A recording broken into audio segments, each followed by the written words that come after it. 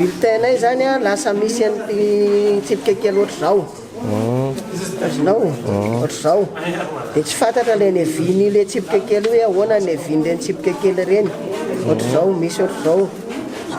ao tsy fantatra na avy amin'le tanan'olona avy manaso ny ve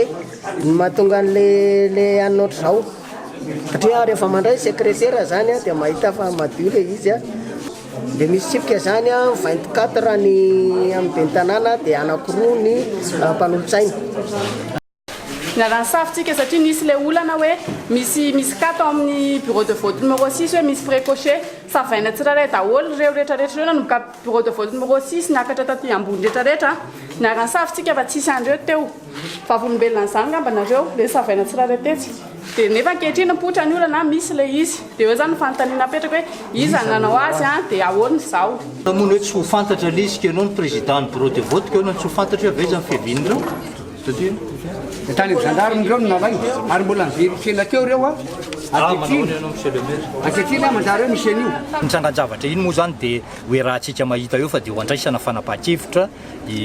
ny manodidina niny zavatra nitranga teo iny dalàna ny fanarahan-dalàna dia manao procès verbal mazava tsara zareo a dia alefany mandeha makany amin'ny CENI le izy a dia eo ny CENI mahita hoe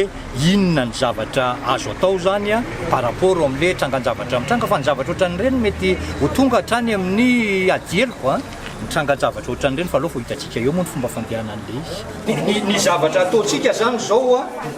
dia tazomy eo anatina procès verbal anankiray aiza le procès verbal reto trangan-javatra rehetrarehetra reto dia andraisana fanapahan-kevitra amin'ny manaraka zany le izy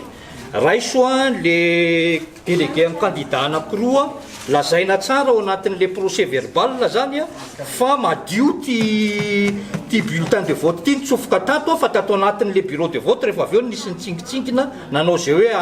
aminona n'le bulletin de vote soratana tsara ao zay le procès verbal zay a dia rehefa azotsika zay le procès verbal zay dia alefany aminay manam-pahefana fa ny fifidianana zany mitoy a dia reo verifienareo daholy a le bureau de vote ambony zany hoe bureau de vote madio tsara le bureau de vote ambony mba tsy hamonona ny vatony sasany zany